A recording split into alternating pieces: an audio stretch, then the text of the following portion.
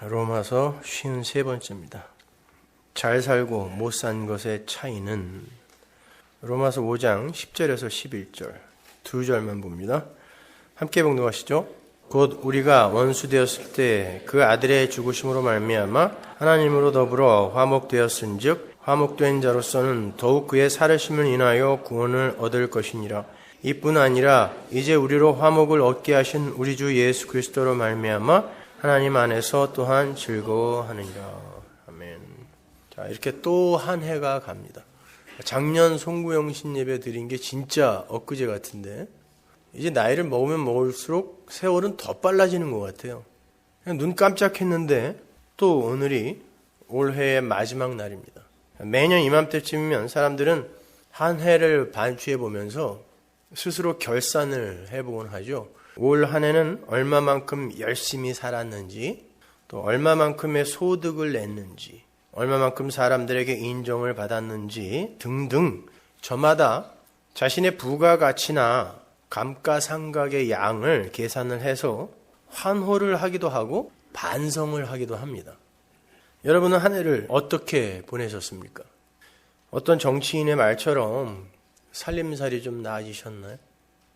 아니면 심히 고단한 한 해를 보내셨습니까? 바라던 것들을 다 이루고 행복해하고 계십니까? 아니면 갖고 있던 것도 다 털리고 허탈해하고 계십니까? 여러 종류의 사람들이 있을 거예요. 공식은 없어요. 그러나 잘 생각해 보세요.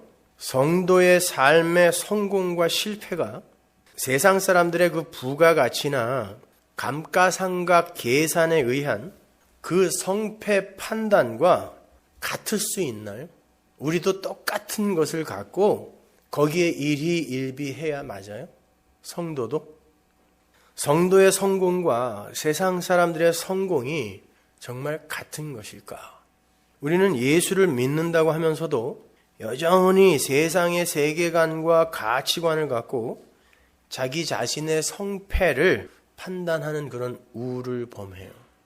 성경은 오히려 인간 자신의 가치 쌓기와 힘 늘리기의 삶을 가리켜서 저주받은 삶이라고 해요.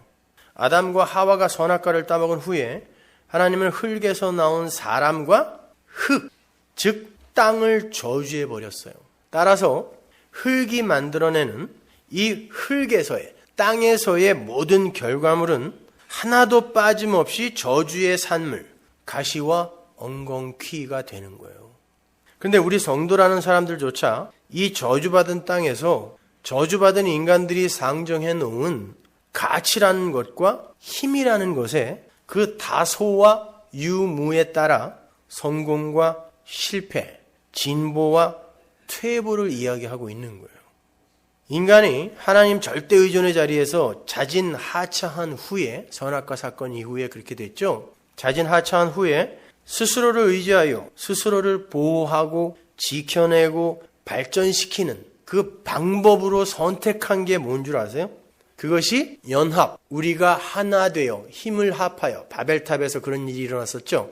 힘을 합하여, 연합하여 우리의 수를 늘리고 성공과 번영과 부흥을 꾀하자. 양적 팽창이에요. 쉬운 말로 생육과 번성입니다.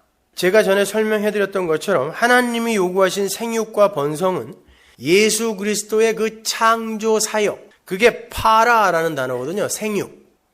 그게 결실이란 뜻이에요. 열매 맺기. 그 예수 그리스도의 창조 사역의 그 완료, 이게 번성이에요. 라바가 완료란 뜻이거든요. 근데 그렇게 생육과 번성을 해야 하는 인간들 스스로의 힘으로 생육과 번성에 열심을 부리고 있는 게 이 역사인 거예요. 인간들은 아무리 서로에 대해서 적대감을 갖고 있다고 할지라도 자기들의 안위와 유익이 걸리게 되면요, 너무나 쉽게 연합해버려요. 쉽게 보시죠, 여러분 주변에서. 그리고 그 연합된 세력을 키우는 데에 총력을 기울여요. 그리고 많은 다수가 가는 길을 정의, 옳은 것, 참 이렇게 판단을 하죠. 민주주의나 뭐 이런 게 다 그런 거 아니에요. 다수결의 원칙이나 이런 게. 인간들의 선행체계나 지식체계는요, 전부 그러한 연합과 성장을 성공의 지표로 제시를 해요. 하나가 되자, 서로 사랑하자, 성공하자, 번영하자 등등 인간들의 가치 향상의 노력과 번성의 열매 맺기가 이 역사의 유일한 목적이에요. 그래서 성도라는 사람들까지도 한 해를 결산하면서 그러한 것들을 근거로 성공과 실패를 판단하곤 하는 거예요. 그러나 이 모든 건 하나님의 은혜를 떠난 피조물들의 그 저주 속 몸부림에 불과한 거예요. 이렇게 연합하여 흥왕하겠다는 이 역사 속 아담들, 그 죄인들의 현실을 잘 나타내고 있는 히브리어 단어가 다그라는 단어예요. 다그. 이 다그라는 단어는 히브리어 다가와 다아그, 이 두 단어가 조합되어서 생성된 단어인데요. 그 의미는 물고기라는 의미예요. 물고기. 그러니까 히브리 사람들에게 있어서 물고기, 다그라는 단어는 다가와 다그의 의미를 모두 담고 있는 개념으로 이해가 되어진단 말이에요. 그러니까 히브리 사람들이 성경을 읽었을 때와 우리가 성경을 읽었을 때 많이 그 이해의 폭이 다르겠죠. 그죠? 그래서 이제 설명을 해드리는 거예요, 제가요. 히브리어 다가는 알을 낳다, 수가 많아지다. 그러니까 알을 낳아서 새끼를 번식하는 것들은 한 번에 왕창 낳죠. 그죠? 그러니까 다가는 알을 낳다, 수가 많아지다, 다산하다 이런 뜻이에요. 물고기 안에 이런 뜻이 들어있단 말이에요. 물고기들도 굉장히 많이 알을 낳죠, 여러분. 그 인본의 시각에서의 생육과 번성이죠. 그죠? 다가란 단어 자체가. 그리고 다그는 두려워하다, 근심하다, 슬퍼하다라는 뜻이에요. 그러니까 히브리 사람들에게 있어서 물고기 다그는 두려움, 무서움을 극복하기 위해서 다산하여 수를 느리다 이런 뜻이 있어요. 물고기라는 단어 자체 안에요. 그래서 히브리 사람들은 물고기처럼 알을 낳는 난태생을, 알을 낳아 후손을 번식시키는 걸 난태생이라 그러죠. 알 난자예요. 그 난태생을 저주받은 출생이라고 여기고 부정한 것이라 그래요. 성경에도 나오죠. 그죠? 알에서 나오는 건. 근데 이 세상 모든 동생물들은요, 여러분 전부 알에서 난다는 거 아세요? 포유류는 그냥 새끼를 낳는데요. 근데 한번 잘 생각해 보세요. 어머니의 뱃속에서 그들이 양수 안에 들어가 있죠. 여러분 그게 알이에요. 그걸 난이라 그래요. 그 양수가 알이 터지면서 그 새끼가 나오는 거거든요. 그러니까 지구상의 모든 동생물은 다 난태생이에요. 그래서 모든 걸 부정하다 그래요. 난태생은요. 그러면 어떻게 해야 되죠? 알로 난 걸 다시 태어나게 해야 그걸 재창조라 그래요. 다시 태어나게 해야 부정한 것으로부터 벗어나게 된단 말이에요. 그럼 이걸 이렇게 한번 생각해 보세요. 닭이 알을 낳죠. 부정한 거예요. 그 자체도 살아있는 겁니다. 죽은 거 아니죠. 근데 암탉이 라하프, 품어 안아서 다시 한번 생명을 창조해내죠. 이렇게 생각하시면 돼요. 모든 난태생은 다 부정하기 때문에 다시 낳아야 돼요. 어떻게? 날개에 품겨져서. 여러분 이 작은 예 하나에 구원의 전체 이야기가 들어있어요. 그래서 예수님이 이스라엘, 부정한 이스라엘, 어둠인 이스라엘에게 그 난태생에게 이스라엘아, 내가 너희를 암탉이 새끼를 품에 품듯이 모으려고 한 게 한두 번이냐 그런 거예요. 왜? 품어서, 부정한 자들은 예수가 날개로 품어서 새롭게 창조해야 구원에 이르거든요. 그 이야기 하는 거란 말입니다. 누가복음 13장 34절 보세요. 예루살렘아 예루살렘아 선지자들을 죽이고 내게 파송된 자들을 돌로 치는 자여, 암탉이 제 새끼를 날개 아래 모음같이 내가 너희의 자녀를 모으려 한 일이 몇 번이냐? 그러나 너희가 원치 아니하였도다. 그죠? 예수님이 품어 안아야 새롭게 창조되는데 원치 않는 거예요. 나는 이미 존재인데 왜 내가 거듭나야 돼? 이렇게. 나비를 생각해 보세요. 애벌레가 고치, 알 속으로 들어가죠. 근데 그 고치 자체는 애벌레의 입장에서 보면 죽은 거예요. 그런데 그 고치, 알이 깨지면서 나비로 부활하는 게 애벌레, 고치, 나비의 상관관계잖아요. 여러분의 인생 속에서 이게 그대로 나타난다는 뜻이에요. 우리의 인생 속에서 이게 그대로 나타난다는 뜻이에요. 암탉이 자기 새끼를 품으면 부화가 돼요. 그 단어가 하나님의 신이 수면 위에 운행한다에서의 그 운행하다 라하프라 그랬습니다. 그랬더니 뭐가 일어났어요? 창조가 일어났죠. 첫째 날 이렇게. 그러니까 그 이야기예요. 부정한 거, 혼돈, 공허, 어둠, 수면, 저주의 바다가 성령의 품에 이렇게 품겨지니까, 라하브 품겨지니까 창조가 일어나는 거예요.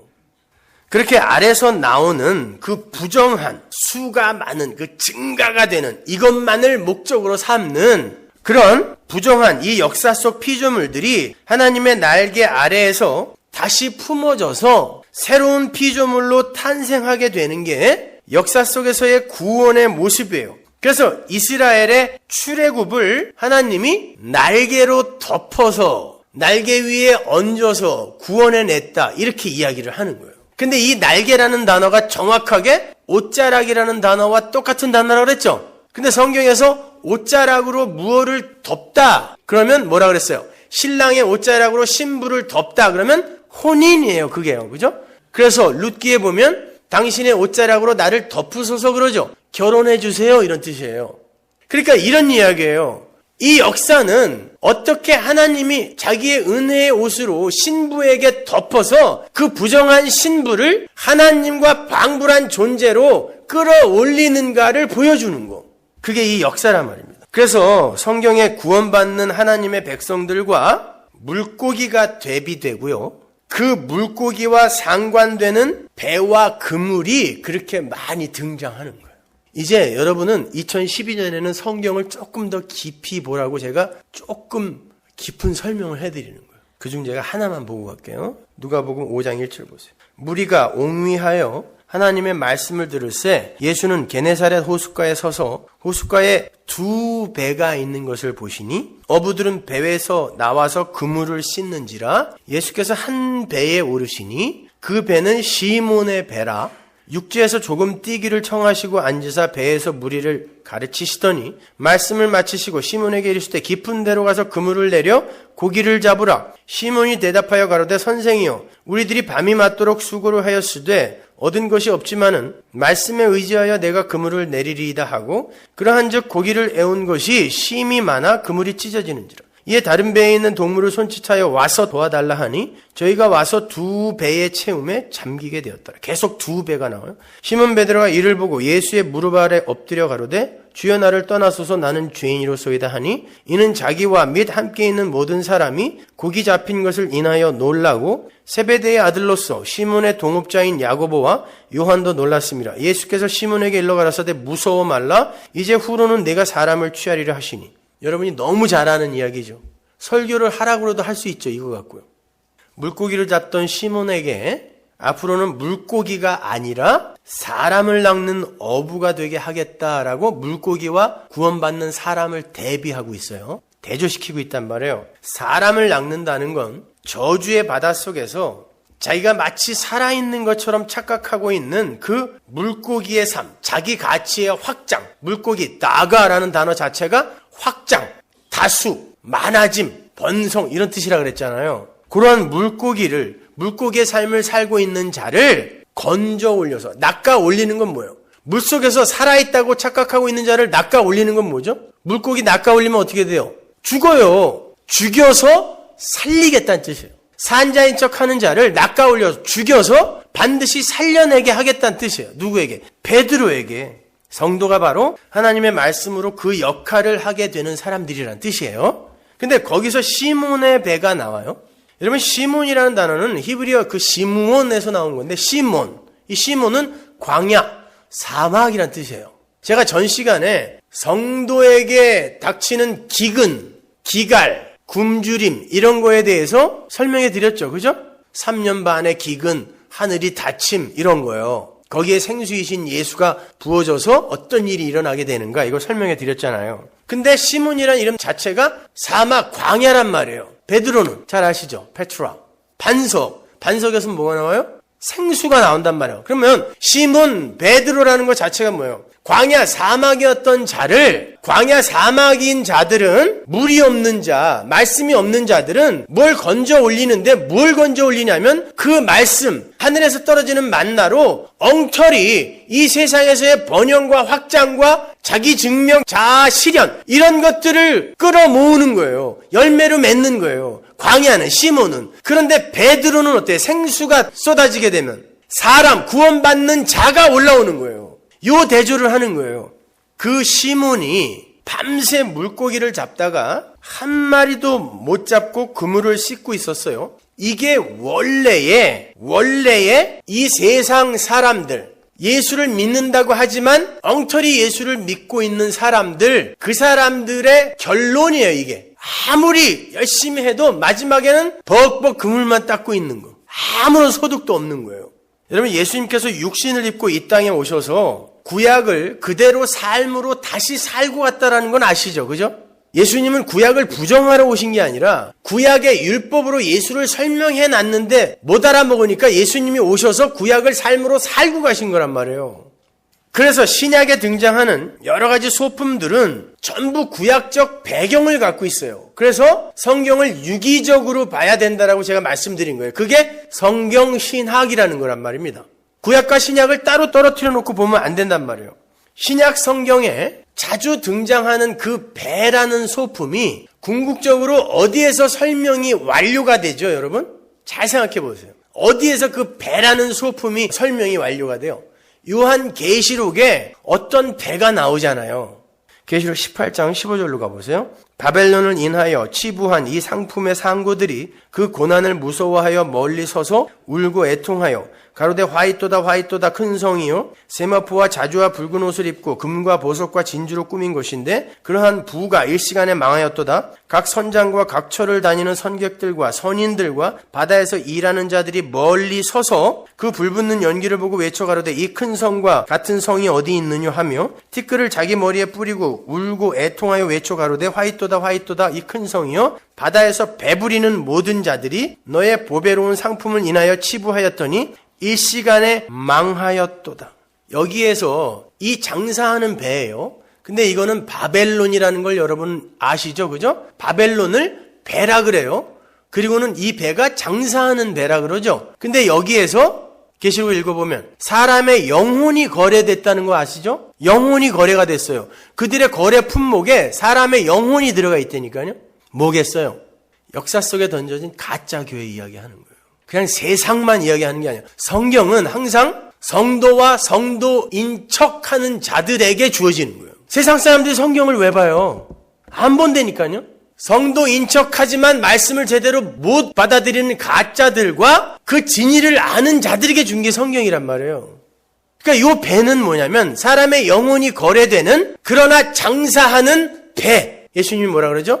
옛 성전을 너희들은 여기를 장사하는 곳으로 만들었구나 그러잖아요. 그러면 뭐겠어요? 구약의 인본주의, 율법주의를 그 깃발을 높이 든 구약의 옛 성전, 구약, 율법주의, 요것을 요 바벨론, 요 장사하는 배, 요게 지금 함축하여 상징하고 있다는 것을 여러분 알 수 있겠죠. 그죠? 장사라는 건 인간들이 자기의 노력과 수고를 들여서 자기의 유익을 구하는 거죠. 성전이 왜 장사하면 안 되냐면 성전은 인간들의 유익을 위해 존재하는 게 아니란 말이에요.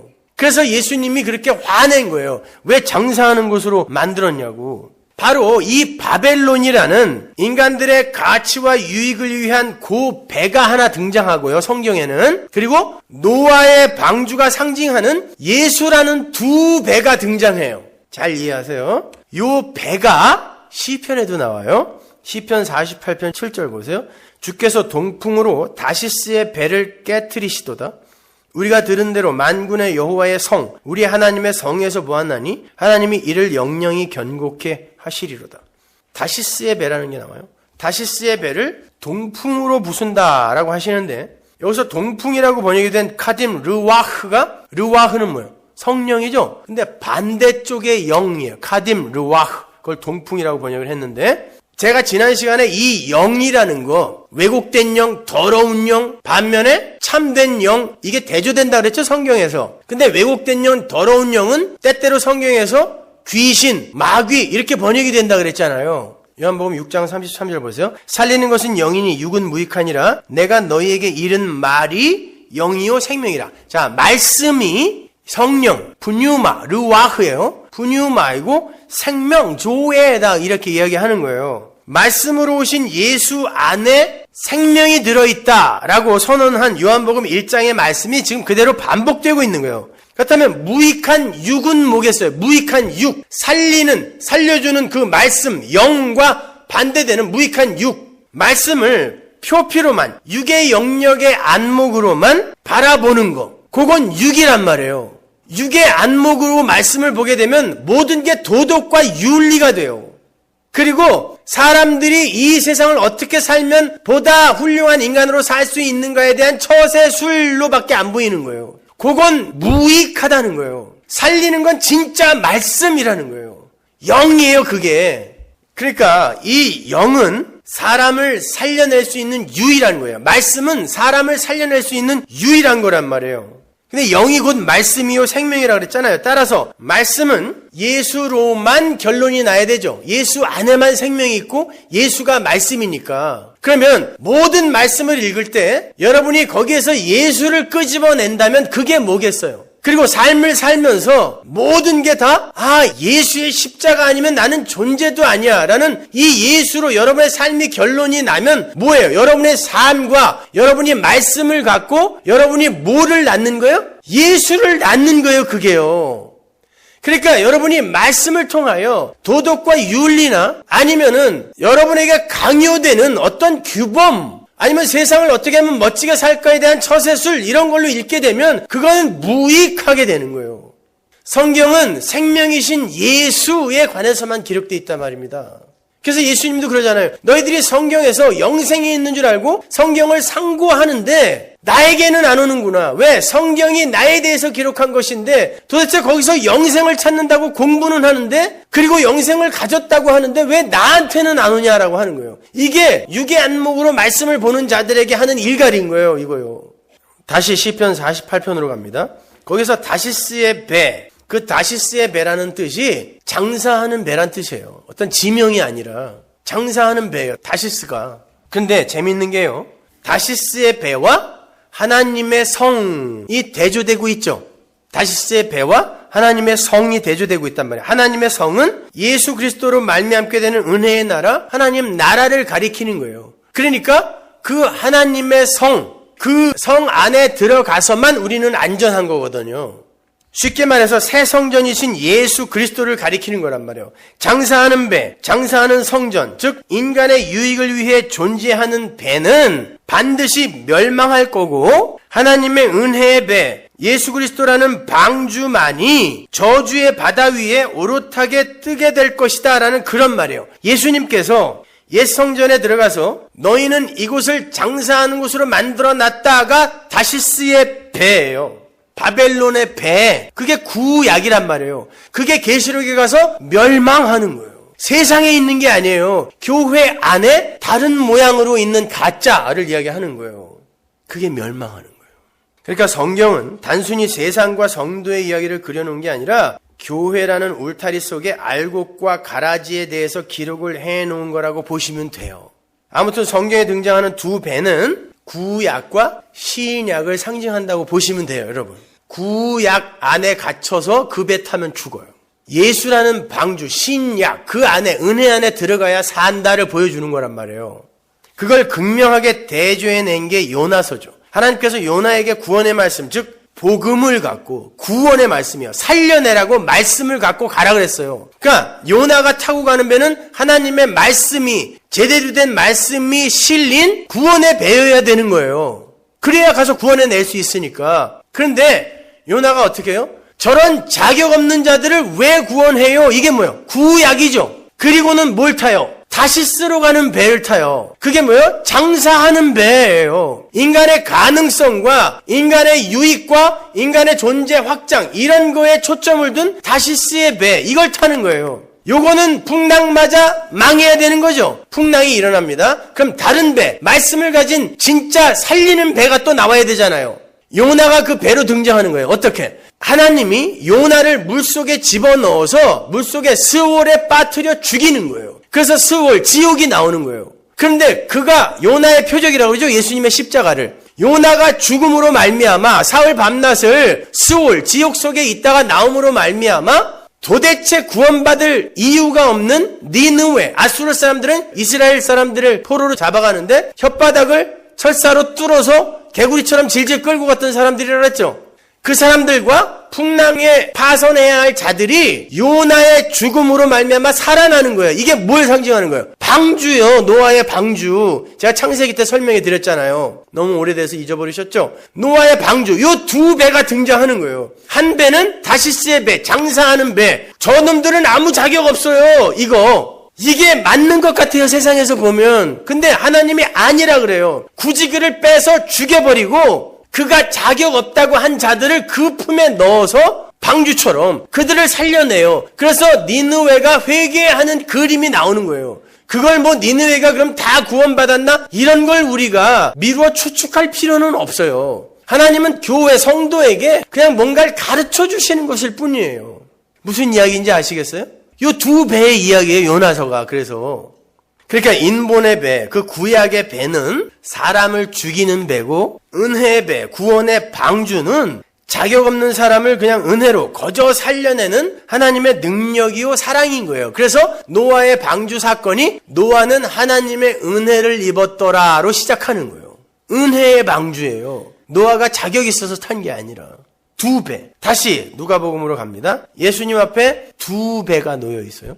구약의 성전과 신약의 성전이라 할 수 있죠. 예수님께서 시몬의 배, 시몬의 배는 뭐라고 그랬어요? 광야의 배, 사막의 배예요. 시몬의 배, 기갈의 배, 가뭄의 배에 올라가신 생수가 가뭄의 배에 올라가 버리는 거예요. 예수님께서 시몬 베드로에게 깊은 데 가서 그물을 던지라 그래요. 물고기 잡아오려는 거였죠. 그때 베드로가 뭐라 그러죠? 밤이 맞도록 수고하였는데 얻은 것이 하나도 없다. 거기서 밤이 맞도록이라고 번역이 된 어구가 모든 밤 동안, 밤의 때에 이런 뜻이에요. 모든 밤. 단순히 하룻밤을 이야기하는 게 아니에요.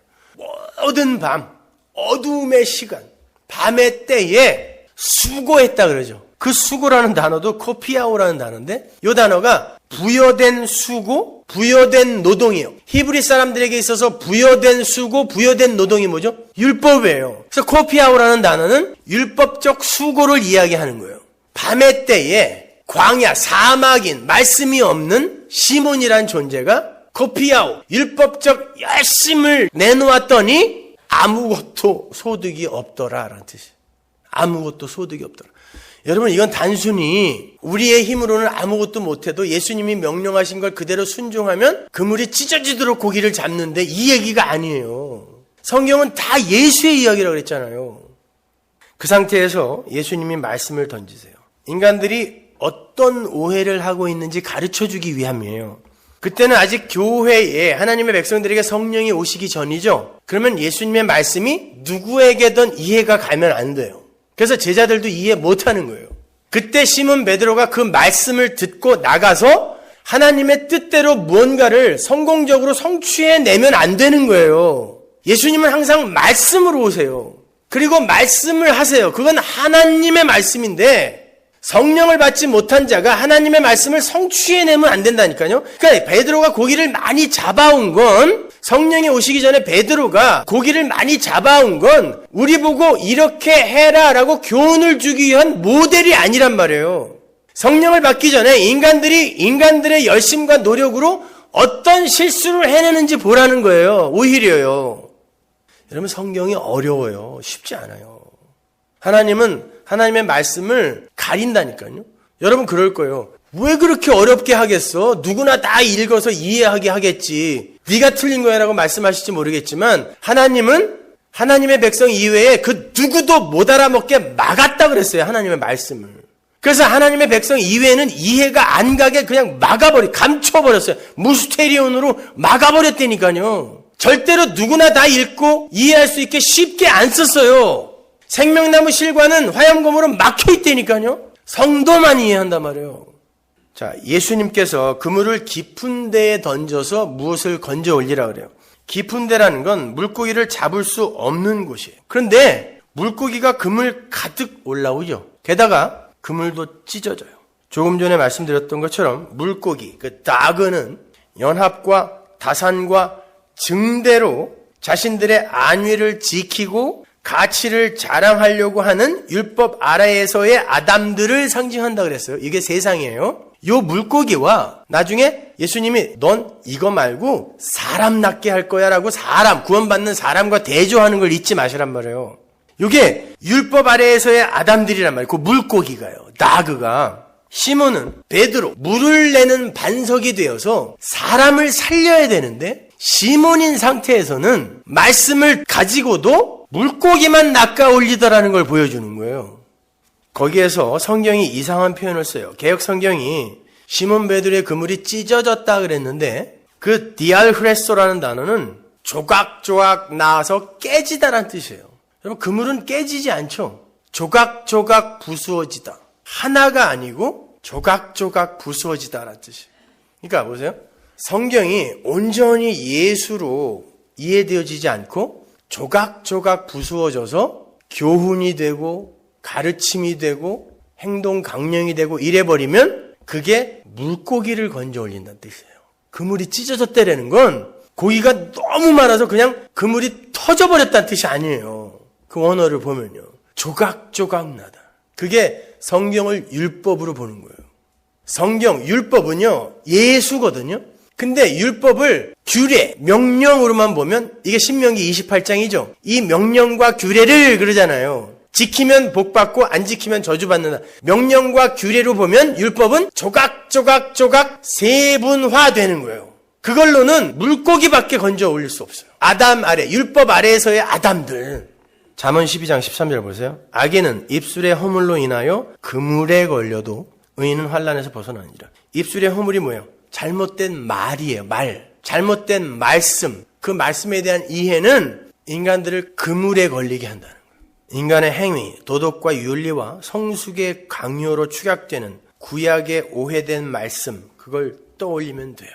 하나님의 말씀을 곡해하면 바로 그러한 그물에 걸리게 되는 거예요. 이사야서 19장 8절. 어부들은 탄식하며 무릇 나일강에 낚시를 던지는 자는 슬퍼하며 물에 그물을 치는 자는 피곤할 것이며 무의미한 수고로 그물을 던지는 자가 있다는 거예요. 지금 시몬의 모습이에요. 고기 하나도 못 잡은 시몬의 모습. 그물을 계속 던지는데 아무것도 못 잡는다.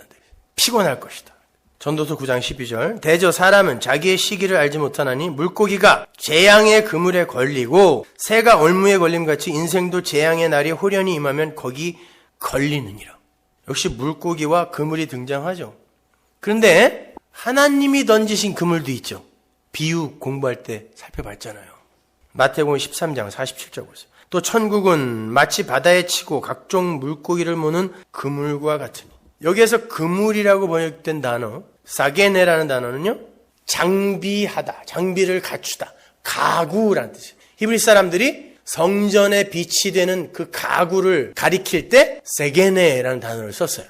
여러분, 성전의 그 가구, 성전의 기구들은 모두가 다 뭐였어요? 복음, 하나님의 말씀을 설명하는 거였죠. 떡상, 촛대, 번제단, 모든 게 다, 그죠? 그러니까 그건 눈에 보이는 복음, 말씀이란 말이에요. 그 말씀 세 개 내에 걸려요. 걸리는데 좋은 고기, 나쁜 고기가 한꺼번에 걸려요. 근데 나중에 마지막 때가 되면 그 말씀에 걸린 걸 요건 좋은 고기, 요건 나쁜 고기 이렇게 골라낸다 그랬어요. 자, 여기에 한 울타리에 같은 말씀을 듣는 이들이 이렇게 있어요. 근데 이 중에 가라지가 있고 알곡이 있다고요. 같이 걸리는데 하나님께서 나중에 골라내요. 어떤 자를 골라낼까요? 같은 설교를 듣고도, 같은 말씀을 듣고도 이걸 인간들의 행위, 윤리, 규범, 율법으로 받아들이는 자들이 말씀을 나는 붙들고 있고 열심히 신앙생활을 한다고 하는데 결국 가라지 나쁜 고기로 골라내지는 거예요. 이게 바로 저주의 그물에 걸리는 거예요, 이것이요. 왜? 하나님의 말씀은 그냥 똑같아요. 말씀은 던지는데 그물이에요. 근데 엉뚱한 그물에 걸리는 자가 있단 말이에요. 율법의 그물. 이게 나쁜 고기란 말이에요, 여러분. 그게 바로 조각난 그물, 찢어진 그물, 거기에 걸린 물고기란 말이에요. 여러분은 하나님의 말씀의 그물에 걸린 성도고, 성도와 물고기가 대조되고 있는 거란 말이에요. 율법 아래의 아담들, 다산과 연합과 확장과 번영만을 꿈꾸는 자들, 이게 나그라 그랬잖아요. 물고기. 잠언 18장 7절 보세요. 미련한 자의 입은 그의 멸망이 되고 그 입술은 그의 영혼에 그물이 되느니라. 10절. 여호와의 이름은 견고한 망대라. 의인은 그리로 달려가서 안전함을 얻느니라. 미련한 자의 말, 엉터리 말을 갖고 있는 자도 어디로 들어가는데 그건 그물에 걸리는 거고, 하나님의 백성은 여호와의 이름이라는 견고한 망대로 달려가는 거예요. 견고한 망대. 참성전인 예수 안이라는 거예요. 망대. 예수 안. 보세요. 이렇게 그물과 진짜 하나님의 이름, 하나님의 말씀이 대조되고 있고, 엉터리 배, 노아의 방주인 예수라는 배, 이렇게 대조되는 거란 말이에요. 하박국 1장 14절 보세요. 주께서 어찌하여 사람으로 바다의 어족 같게 하시며, 물고기죠, 주권자 없는 곤충 같게 하시나이까. 그가 낚시로 모두 취하며 그물로 잡으며 초망으로 모으고 인하여 기뻐하고 즐거워하여. 인간들은 모두, 성도도 이 세상에 올 때는 다 물고기로 오는 거예요. 그죠? 선악과 입에 물고 오니까 누구도 다. 우린 다 아담들로 오는 거 아니에요. 물고기로 오는 거예요. 그걸 그물로 잡는다는 뜻이에요. 그리고는 나쁜 고기는 영원한 불못으로 던져버리고 거기에 걸려진 좋은 고기만 하나님 나라로 끌고 올라간다는 그런 뜻이란 말입니다. 그렇다면 누가복음 5장의 그 시몬, 아직 베드로라는 이름도 받지 못한 시몬이 그 시몬의 배, 기근의 배, 갈증의 배로 잡은 물고기는 축복의 물고기예요? 저주의 물고기예요? 저주의 물고기란 말이에요. 그래서 그 저주의 배가 바다에 빠지는 걸로 끝나는 거예요. 누가복음 5장 7절 보세요. 이에 다른 배에 있는 동물을 손짓하여 와서 도와달라 하니 저희가 와서 두 배의 채움에 잠기게 되었더라. 그물이 조각조각 났어요. 이거 아니네. 왜 안 걸리지? 조각조각 나면 큰일 나는 거잖아요. 그러면 그 말씀을 하신 예수께 도와주세요 해야 되는데, 또 다른 배에, 장사하는 배죠. 역시 그것도 또 다른 배에 있는 동무에게 도움을 청해. 이게 이스라엘의 역사였어요. 하나님께서 이스라엘을 일부러 바벨론의 종으로, 애굽의 종으로 보내면 이들은 꼭 다른 나라에게 가서 원군을 청하죠. 우리의 힘으로 해결해 보겠다는 거예요. 거기서 벗어나 보겠다는 거예요. 그건 안 되는 거죠. 지금 시몬이 그 일을 그대로 하고 있는 거예요.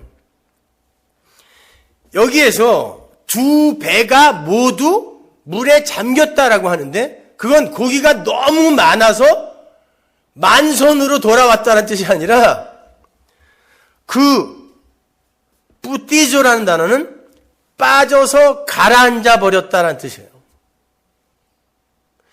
그 배가 바다에 빠져서 가라앉아 버리면 그건 끝이에요. 멸망이에요. 시몬은 고기 한 마리 못 건지고 그냥 나온 거예요. 그리고는 하나님 앞에서 뭐라 그래요? 엎드려서 내가 죄인입니다. 이게 끝이에요. 여러분. 죄인의 결국이 그건 거예요.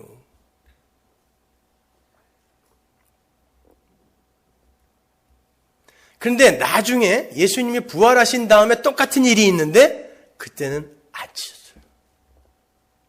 그리고 그때는 이제 베드로로 예수님 앞에 엎드려요.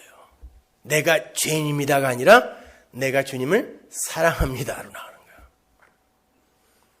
베드로가 어떻게 뭐가 바뀐 게 아니라 십자가가 그를 그 being의 문제, doing의 문제가 아니라 존재를 바꿔버리는 거예요.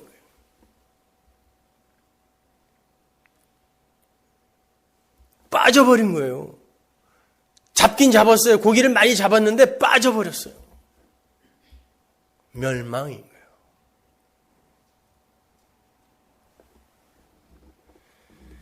이렇게 시몬에서 베드로로 황골탈퇴를 해가는 그 과정이 성도의 신앙 생활이에요. 시몬의 열매는 고작 물고기, 인본주의, 율법주의의 세상적 열매일 뿐이며 그것은 곧 저주의 바다에 빠지는 사망의 일이 된다는 거예요.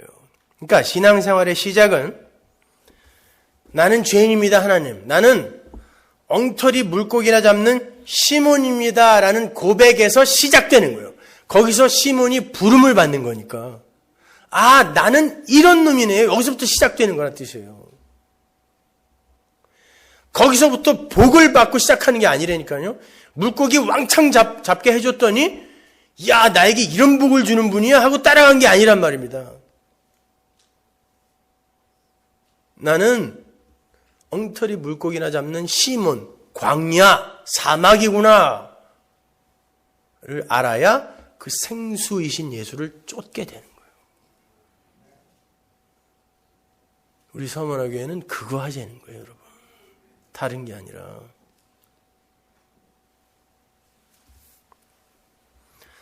누가복음 5장 10절 보세요. 세베대의 아들로서 시몬의 동업자인 야고보와 요한도 놀랐습니다. 예수께서 시몬에게 일러 가라사대 무서워 말라. 이제 후로는 네가 사람을 취하리라 하시니.